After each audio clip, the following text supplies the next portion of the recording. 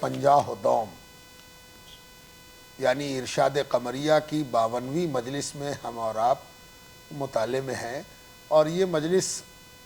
خرقہ، کلاه، شجرہ کی سند سے متعلق ہے، یعنی صوفیاء کرام، مشائخ صوفیہ کے یہاں خرقہ، کلاه اور شجرہ بیت کی جو رسم جاری ہے اس کی اصل کیا ہے، اس کی حقیقت کیا ہے، کہاں سے اس کی سند ہے اور کیسے یہ آج تک جاری ہے، اس پر گفتگو فرما رہے ہیں حضرت۔ اس گفتگو میں آگے بڑھتے ہوئے ہم لوگوں نے دیکھا تھا کہ بیت توبہ کی سند قرآن کریم کی سورہ ممتحنہ میں بیان ہوئی ہے، جس میں اللہ تعالیٰ نے حضور پاک علیہ السلام کو مومنات یعنی خواتین کی بیعت لینے کے لیے الفاظ کی تعلیم فرمائی ہے کہ کیا پڑھایا جائے گا، کیا قسم لی جائے گی، کیا وعدہ کرایا جائے گا۔ تو اس سلسلے میں ہم لوگوں نے تفصیل سے دیکھا۔ ایک بات اس میں اور اضافے کی ہے کہ خواتین کی بیعت بغیر ہاتھ پر ہاتھ رکھے ہوئے، جس طرح مردوں کی بیعت میں بیعت رضوان میں ہم لوگوں نے دیکھا، اور قرآن کریم میں بھی اللہ تبارک و تعالیٰ نے کہا کہ ید اللہ فوق ایدیہم، ان کے ہاتھوں پر گویا اللہ رب العزت کا ہاتھ ہے، یعنی بیعت ہاتھ پر ہاتھ کے ساتھ ہوئی، ہاتھ میں ہاتھ کے ساتھ ہوئی۔ تو خواتین کی بیعت میں کیا طریقہ ہوگا؟ تو گزشتہ روز حضرت عائشہ صدیقہ سے مروی ایک حدیث سے یہ معلوم ہوا تھا کہ حضور پاک علیہ السلام مردوں کے مقابلے میں خواتین کی بیعت اگر قبول فرماتے تو ان سے صرف کلمات کہلواتے۔ بعض راویوں نے یہ بات بھی بیان کی ہے کہ حضور پاک علیہ السلام نے یا حضور کے سامنے ایک برتن میں پانی رکھا گیا اور اس میں خواتین نے ہاتھ ڈبایا، ہاتھ ڈبا کر بیعت کے الفاظ کہے۔ بعض روایتوں میں یہ ہے کہ حضور پاک علیہ السلام کے سامنے ان خواتین کو بیعت کرتے وقت پانی کے علاوہ کسی قسم کا کپڑا بڑھایا گیا کہ کپڑا پکڑ لیں۔ بعض روایتوں میں یہ ہے کہ حضور پاک علیہ السلام سے جو صوفیہ کے ہاں عمل کی سند آئی، اس میں آج بھی یہ دستور ہے کہ ایک طویل کپڑا، ایک لمبا کپڑا، ایک چادر بڑھا دی جاتی ہے، جس کا ایک سرا بیعت ہونے والی خاتون پکڑ لیں اور دوسرا سرا شیخ پکڑ لے، یعنی دوری بنی رہے اور جسم سے جسم کا مس نہ ہو۔ صوفیہ کے ہاں یہ لازم اور ضروری نہیں ہے، صوفیہ بھی اس بات کے قائل ہیں کہ پردے کے ساتھ خواتین کی بیعت ہوگی، اور اس میں اصل ان کلمات کا بولنا ہوگا، ان کلمات کا دہرانا ہوگا، ان قسموں کو اختیار کرنا ہوگا جو قرآن کریم میں اللہ رب العزت نے تعلیم فرمائی ہے اور حضور پاک علیہ السلام نے اس کی تعلیم دی ہے، یعنی زبان سے ان کلمات کا ادا کرنا اور دل سے ان احکامات کو اپنے اوپر نافذ کرنا ہی بیعت ہے۔ اس کے لیے خواتین کے معاملے میں یہی طریقہ رائج ہے۔ اب آگے بڑھتے ہوئے حضرت فرماتے ہیں کہ اس بیعت کو اللہ رب العزت نے بیعت نصوحہ کہا ہے، یا ایھا الذین آمنوا توبوا الی اللہ توبۃ نصوحا۔ تو توبۃ نصوحا کیا ہے، یہ کس قسم کی توبہ ہے، اس پر بات کرتے ہوئے اعلیٰ حضرت قدس سرہ العزیز فرماتے ہیں کہ نصوحا کی تفسیر اور تشریح الگ الگ بزرگوں نے الگ الگ اندازے کار کے مطابق کی ہے اور اس میں اپنی اپنی تحقیق ہے۔ پھر اعلیٰ حضرت فرماتے ہیں کہ میری تحقیق یہ ہے، یعنی خود اپنی تحقیق بھی بیان فرمائی حضرت نے کہ در تحقیق من قبولیت توبہ خالص توبہ آنست کے وقت توبہ بعض خیال نہ آیت و فسق و فجور کے بعد ازی کنم، یعنی جس وقت توبہ کی جا رہی ہے اس وقت ارادہ مصمم ہونا چاہیے، کسی قسم کا فسق و فجور کی طرف یعنی حکم سے ٹلنے یا حکم سے ہٹنے کی طرف ارادے کا تزلزل نہیں ہونا چاہیے، ارادہ کانپتا ہوا نہ ہو، ارادہ پکا اور پختہ ہو، اور اس وقت گناہ کی لذت خیال میں نہ آئے، گناہ کی طرف رغبت نہ ہو، گناہ سے بالکل یا نفرت ہو، گناہ سے بالکل طبیعت ہٹی ہوئی ہو۔ اگر ایسا ہے، اگر چنی باشد، اگر ایسا ہے تب تو ٹھیک ہے، اس کی توبہ قبول ہوئی۔ یہی توبہ نصوحہ ہے کہ جس وقت توبہ کر رہا ہو، توبہ کرنے میں ایماندار ہو، توبہ کرنے میں بے ایمان نہ ہو، توبہ کرنے میں پس و پیش نہ ہو، توبہ اس پکے ارادے کے ساتھ کر رہا ہو کہ پھر کبھی نہ کریں گے۔ جس وقت توبہ کرتا ہو اس وقت ایسا ہو تو اس کی توبہ درست مانی جائے گی۔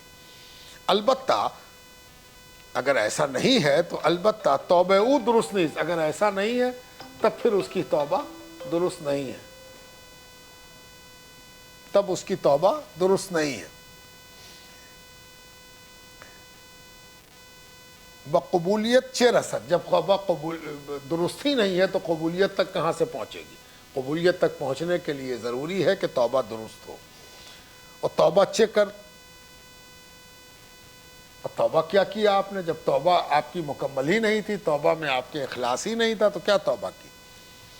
وَإِسْيَان شُدَن بَعْدَ بیت این امر اختیاری نیست، اور اگر کوئی یہ کہے کہ ہم بیت کیسے کر لیں، ہو سکتا بیت کے بعد میرا پھر سے گناہ ہو جائے، گناہ پھر سے سرزد ہو جائے، ہم گناہ میں مبتلا ہو جائیں، تو حضرت فرماتے ہیں کہ بعد بیت ای امر اختیاری نیست، یعنی بیت کے بعد کیا ہوگا یہ کسی کے اختیار میں نہیں ہے۔ بیت جس وقت ہم کر رہے تھے اس وقت ہم پکا اور پختہ ارادہ رکھتے تھے، ہمارے پہاڑ سے بھی زیادہ مضبوط ارادہ تھا کہ ہم نہیں کریں گے۔ خاصہ بشریت است، اور یہ بشریت کی خاصیت ہے کہ آدمی کا رجحان، آدمی کی طبیعت پلٹتی رہتی ہے، ابھی نیکی کی طرف مائل ہے، ابھی نیکی سے طبیعت اچاٹ ہو گئی، ابھی نیکی کی طرف رغبت تھی، ابھی نیکی سے طبیعت ہٹ گئی۔ یہ بشریت ہے، اور اس بشریت کو پیش نظر رکھنا ہے۔ الا جرأت خود نہ باعث داد،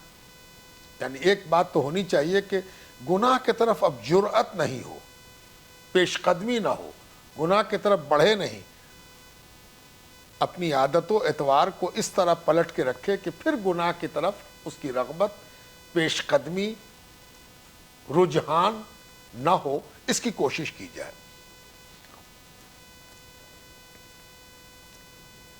وہ ازو تعالی توفیق جوید، کہ ازو این فعل باز نہ آیت، اور اللہ تعالیٰ سے اس کے لیے دعا بھی کرتا رہے کہ اللہ پاک پھر سے گناہ کی طرف میری رغبت نہ ہو، میرا رجحان نہ ہو،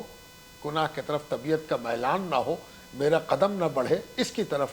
توفیق اللہ سے مانگتا رہے، اس لیے کہ اللہ تعالیٰ کی توفیق کے بغیر کسی کا گناہ سے محفوظ رہنا ممکن نہیں ہے۔ وہ این فعل باز نہ آئے، بیت رضوان یا قصد، اور جو بیت رضوان ہے، رضوان کے مطلب وہ بیت جس کے ساتھ اللہ کی رضا کا وعدہ ہو گیا۔ اللہ تبارک تعالیٰ نے بیت کے نتیجے میں اپنی رضا کی سند دے دی۔ لقد رضی اللہ عن المؤمنین، اللہ تعالیٰ مومنوں سے راضی ہو گئے، اذ یبایعونک، جب کہ وہ حضور پاک علیہ السلام سے بیعت کر رہے تھے، اللہ ان سے راضی ہو گیا۔ تو یہ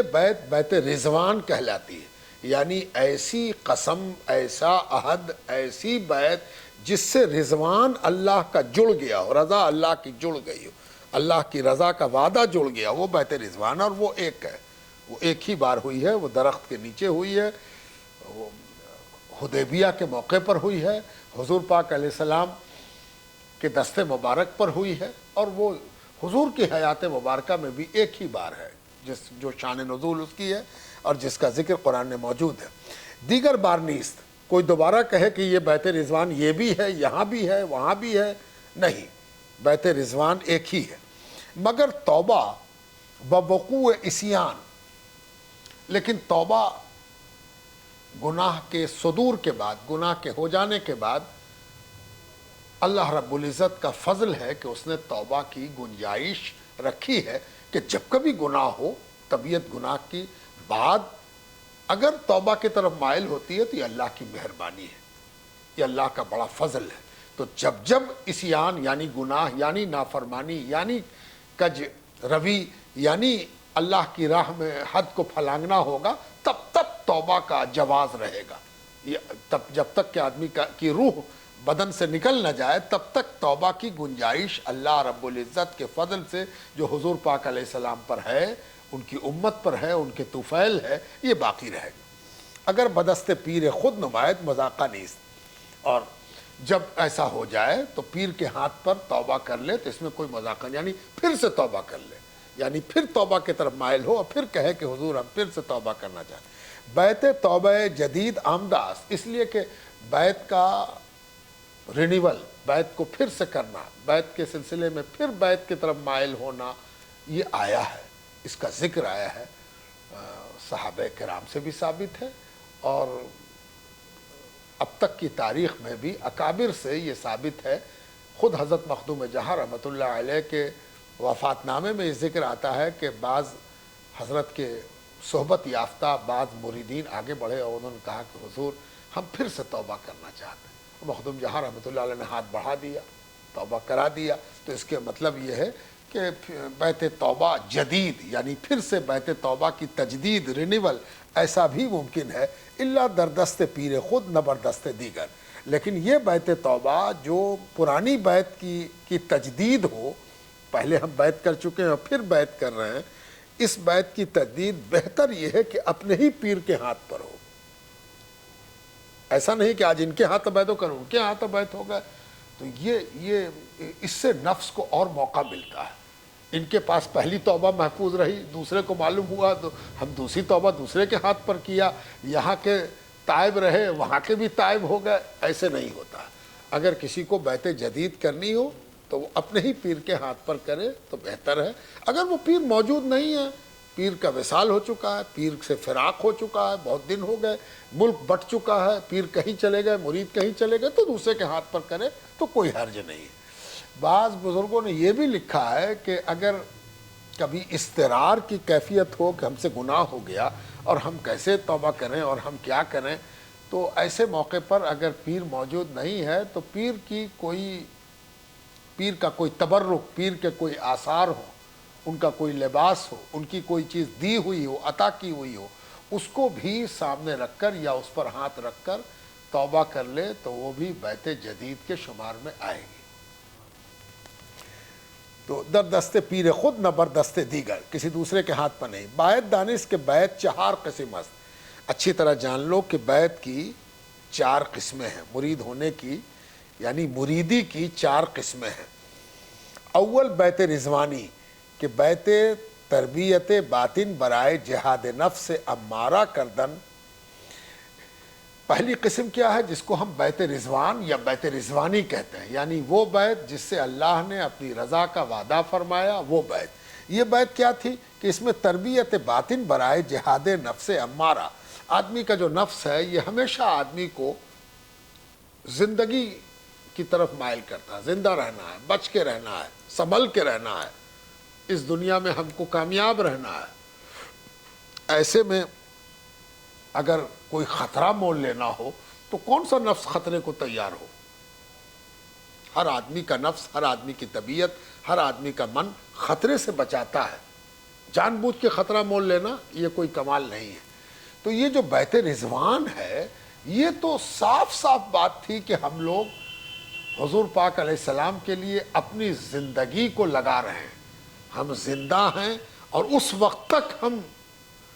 زندہ رہیں گے جب تک کہ میرے بدن میں طاقت ہو، اور حضور کے لیے اس طاقت کا ہم استعمال کریں۔ یعنی سیدھی سیدھی بات یہ تھی کہ حضور کے ہاتھ پر یہ قسم کھائی جا رہی تھی کہ یا رسول اللہ اگر آنکھ کھلی ہوئی ہے تو یہ زندگی آپ کے استعمال میں آئے گی، آنکھ بند ہو جائے تو میرا عہد پورا ہوگا۔ یعنی یہ بیت جہاد تھی، یعنی یہ بیت قربانی تھی کہ ہم اپنے آپ کو قربان کریں گے۔ یا رسول اللہ اگر جنگ کی ضرورت واقع ہو گئی تو تب تک لڑیں گے جب تک کہ بدن میں جان ہے۔ یہ قسم تھی، یہ وعدہ تھا، اور یہ بیت رضوان ہے کہ اس سچے دل سے یہ بیعت کی گئی تھی کہ اللہ تعالیٰ نے کہہ دیا لقد رضی اللہ عن المؤمنین، اللہ ان مومنوں سے راضی ہو گیا جو یہ قسم کار ہے۔ اور اللہ تعالیٰ نے یہ بھی کہہ دیا تھا کہ اللہ وہ ہے جو ان کے دلوں کے جذبات کو جانتا ہے۔ تو یہ بڑے لوگ ہیں،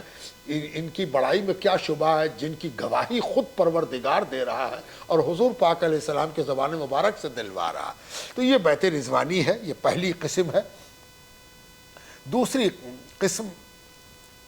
قسم کیا ہے؟ قسم دوم بیت توبہ کہ بذیل پیری مریدی جاری است۔ اور دوسری بیت کیا ہے کہ بیت توبہ ہے، یعنی گناہ کے نتیجے میں آدمی اللہ تعالیٰ کی عقوبت، پکڑ، آخرت کی پکڑ، اللہ تبارک تعالیٰ کے خوف سے گناہ سے توبہ کرے، اس کو بیت توبہ کہتے ہیں۔ یعنی گناہ سے اللہ کی پکڑ اور اللہ کے حضور میں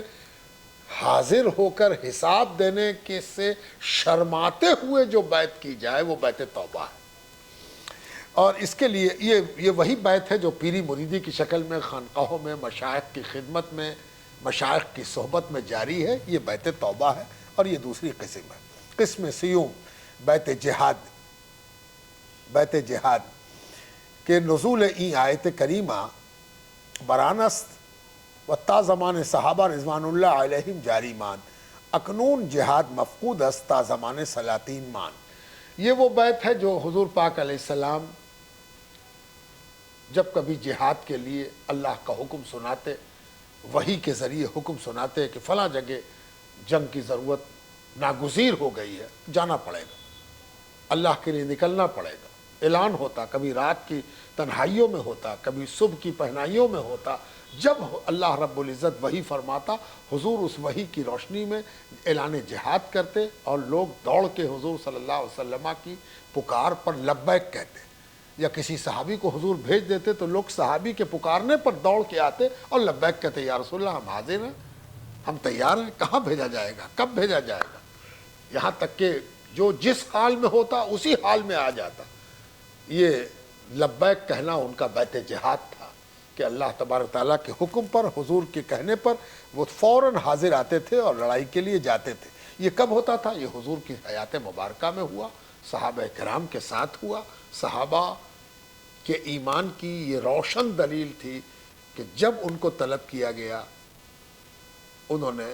اللہ رب العزت کے آگے گردن اطاعت خم کی اور حضور کے حکم کی فرما برداری کی۔ یہ صحابہ کرام کے بعد، صحابہ کرام کے زمانے میں یہ بیعت چلتی رہی۔ اکنون جہاد مفقود، آج کوئی کہے، یعنی یہ اعلیٰ حضرت کا جو دور ہے یہ انگریزوں کا دور ہے، تو انگریزوں کے دور شروع ہو چکا تھا 1857 کے آس پاس، کچھ پہلے اعلیٰ حضرت کا وصال ہوا ہے۔ تو اس زمانے میں فرما رہے ہیں کہ جہاد کھیل نہیں ہے کہ ہم کہہ دیں کہ جہاد کے لیے چلو، یا آپ کہیے کہ ہم جہاد کر رہے ہیں، ایسے نہیں ہوتا ہے جہاد۔ جہاد کے لیے یہ لازم و ضروری ہے کہ شرعاً اس کے لیے مکلف ہو جہاد کی دعوت دینے والا، شریعت کے مطابق جہاد کی پکار لگانے والا، اور جہاد کی طرف۔ جہاد کون کہے گا؟ جو چاہے اپنی ہوس کی بنیاد پر، اپنی خواہش کی بنیاد پر جہاد کا نعرہ دے دے، یہ نہیں ہو سکتا ہے۔ شریعت جب تک جہاد کے لیے مکلف نہ کرے اس وقت تک جہاد نہیں ہوگا۔ جہاد لفظ کا کھلواڑ نہیں ہونا چاہیے۔ فرمایا کہ تا زمان سلاطین مان،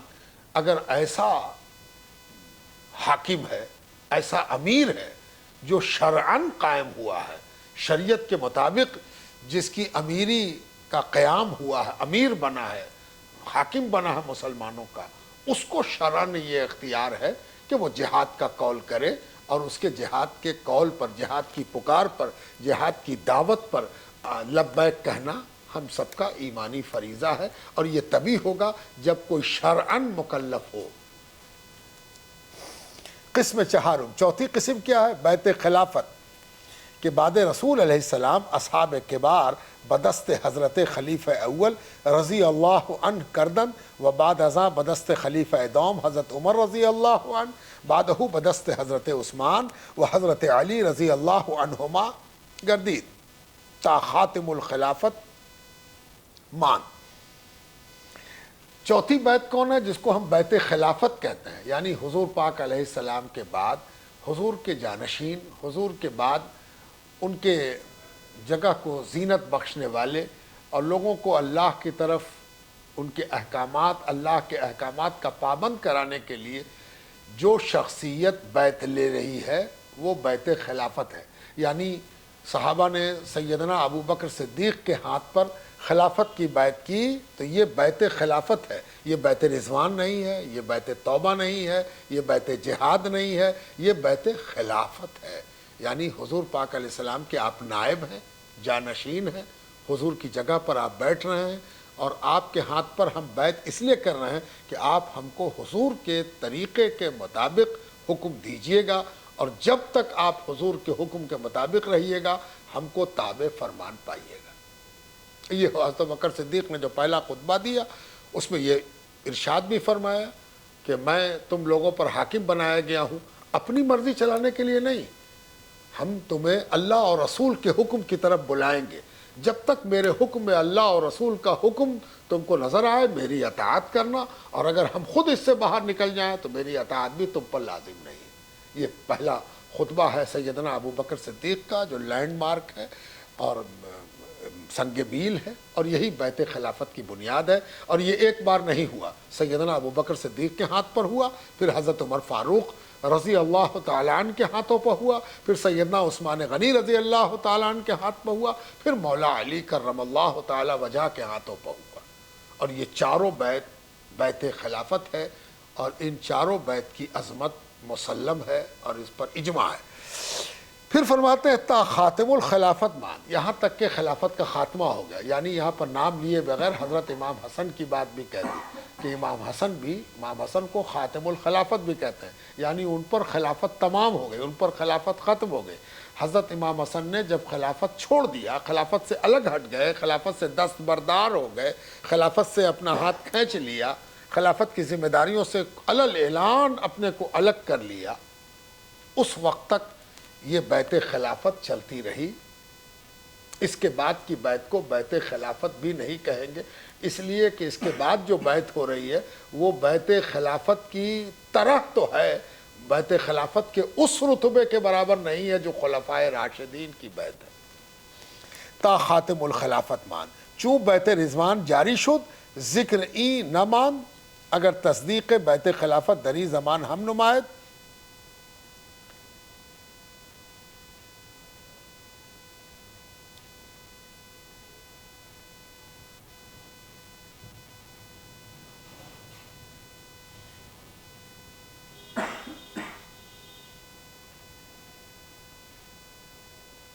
چوں بیعت رضوان جاری شد ذکر این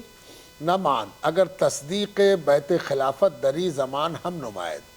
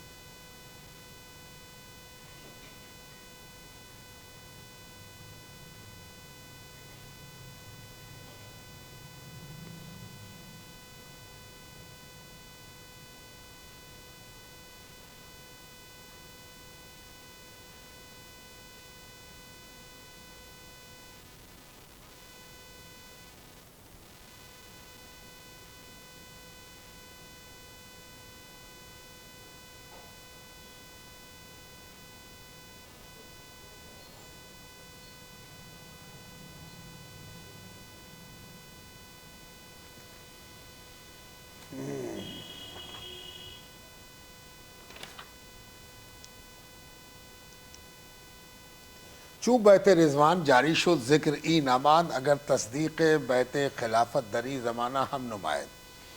یعنی جب بیت رضوان وقوع پذیر ہوئی، بیت رضوان کا واقعہ ہوا، اس وقت بیت خلافت کی کوئی ضرورت نہیں تھی۔ جب بیت رضوان کا زمانہ نہ رہا تو بیت خلافت ہوئی، یعنی حضور پاک علیہ السلام نے جس طرح جس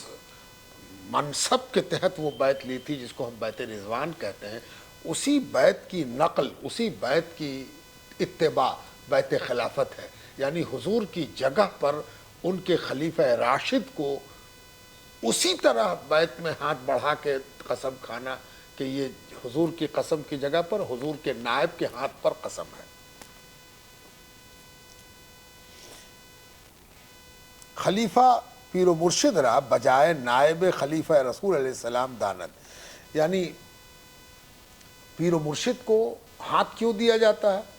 اس لیے کہ اگر حضور سامنے ہوتے تو حضور پاک علیہ السلام کے ہاتھ میں اپنا ہاتھ بڑھایا جاتا، حضور کے ہاتھوں کو اپنے ہاتھوں میں لیا جاتا۔ یہی شرف تھا، یہی بزرگی تھی، یہی سنت تھی، یہی حکم تھا، یہی فرض تھا، یہی واجب تھا۔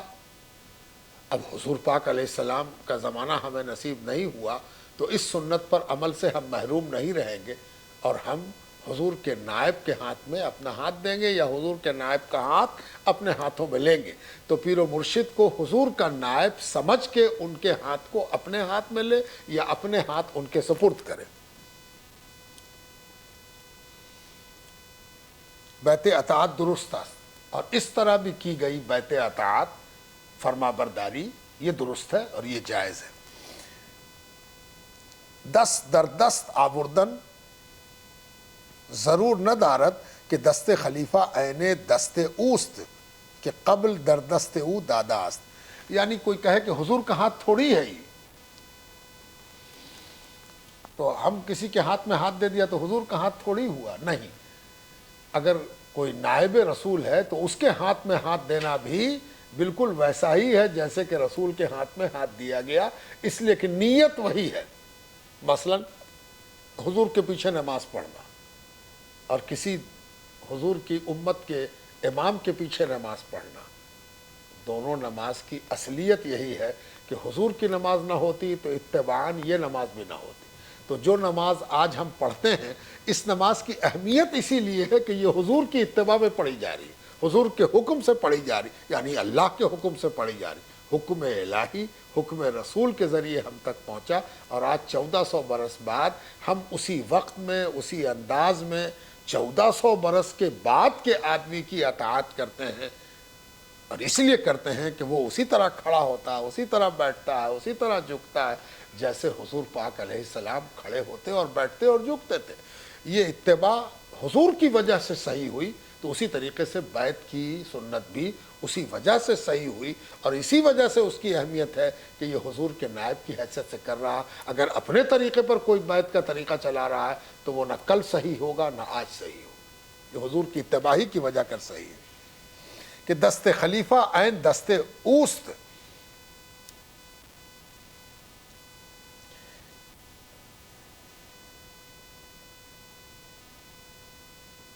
بس اتنا ہی۔